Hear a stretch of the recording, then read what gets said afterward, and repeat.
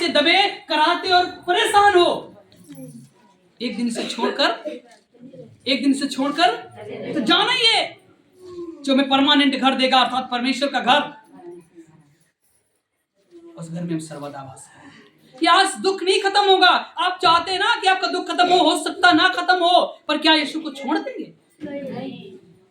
उतार आए, चढ़ाव आए, दुख आए, तकलीफ आए, आपने यीशु को कबूल किया है अर्थात कबूल किया है, आप छोड़ नहीं सकते।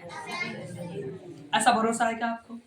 आपके रिश्ते ठीक हो या नहीं भी हो, पर यीशु को झुठला नहीं सकते। आपकी खेती में आपके अनुसार गल्ला पैदा हो या ना हो, पर यीशु को बोल नहीं सकते। ऐसे विश्वास में आप जब चलेंगे तो मरजाल पर की गल्ला आपके मुताबिक पैदा ना हो। Hallelujah, hallelujah. मरजाल पर की आपकी बहू आपके मुताबिक मिले ना। हालेलुया। क्या ऐसा हो सकता है जब आपका विश्वास यीशु पर हो, आपके मुताबिक आपका दिमाग ना फंसेगा अर्थात मिलेगा, आपके अनुसार आपके घर में आशीषें आएंगी। क्यों? जिसका परमेश्वर देखने वाला है, जिसको एक्सेस करता है, उसके घर में आशीषों का भंडार लगता है। हालेलुया। ये कब हो पाएगा? जब आप यीशु को देख पाएंगे, आपका केंद्र बिंदु यीशु हो पाएगा। सही कह रहा हूं? सहमत है? बोले हालेलुया। इतनी देर में क्या क्या सीखा सुनिएगा। यस, याकूब की पुस्तक 4 अध्याय उसका 8 पद, एक जल्दी से आयत को देखेंगे और फिर लास्ट सुनिएगा। याकूब की पुस्तक उसका 4 अध्याय की 8 आयत क्या कहती है?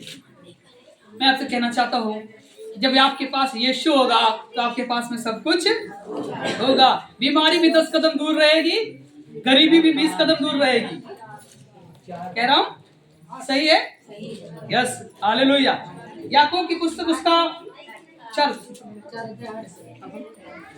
परमेश्वर के निकट आओ। हाँ जी, तो वो अभी तुम्हारे निकट आएगा। वाह, परमेश्वर के निकट आओ तो अभी तुम्हारे पास निकट आएगा। और हे पापियों, अपने हाथ शुद्ध करो। जी, पापियों, अपने हाथ शुद्ध करो। हाँ जी, और हे दुखिते लोगों, अपने हृदय को पवित्र करो। जी, दुखी हो और शोक करो और रो। तुम्हारी हंसी शोक में और तुम्हारा आनंद उदासी में बदल जाए। हालेलुया। आपको पता है परमेश्वर का वचन कहता है तुम परमेश्वर के निकट आओ। तुम एक कदम चलोगे तो वचन में क्या लिखा है? परमेश्वर आपके कितना कदम चलेगा? एटलीस्ट आपसे डबल तो चलेगा, है ना? अगर आप परमेश्वर के साथ संगति रखते हैं, एक कदम चलते हैं, तो परमेश्वर आपके साथ में 10 कदम चलने के लिए तैयार। सही कह रहा हूं? पर विश्वास योग्यता से। सही कह रहा हूं? तो परमेश्वर इन बातों पे आशीष दे। और इसका सार क्या सुनिएगा। नंबर 1, परमेश्वर अपनी वाचा को आपके साथ फिर से आपके साथ में प्रदर्शित करेगा और उसे पूरा भी करेगा। दूसरी बात, याकूब ने परमेश्वर की आज्ञा को माना, इसलिए वो आशीष का कारण। याकूब ने किसकी आज्ञा मानी? परमेश्वर की आज्ञाओं को माना, इसलिए वो आशीष का मूल ठहरा। तीसरी बात, परमेश्वर ने याकूब को जैसे सुरक्षित अपने घर तक पहुंचाया, ऐसे परमेश्वर आपकी यात्रा को भी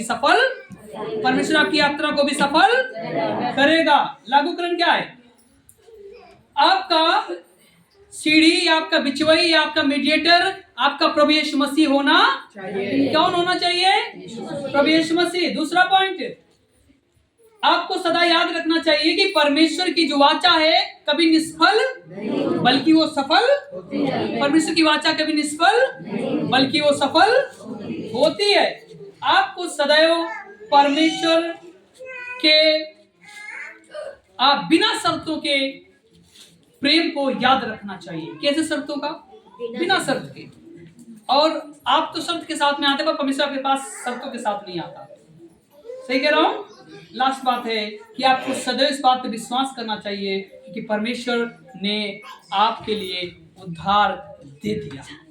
इस बात पर विश्वास करना चाहिए कि परमेश्वर ने आपको उद्धार दे दिया है। हालेलुया। सॉल्वेशन की कहानी क्या? उद्धार की। सुनिएगा, पहला तीमुथियुस 3:2-5 के अनुसार लिखा है कि यीशु मसीह हमारा बिचवई है। यीशु मसीह हमारा हमारे जीवन का बिचवई कौन है? यीशु मसीह है। और वही हमारा ब्रिज है या पुल है, बगैर हम उसके स्वर्ग के रास्ते में या स्वर्ग में प्रवेश, इसका मतलब है हमारा जो रास्ता है वो प्रवेश मसीह है। हालेलुया।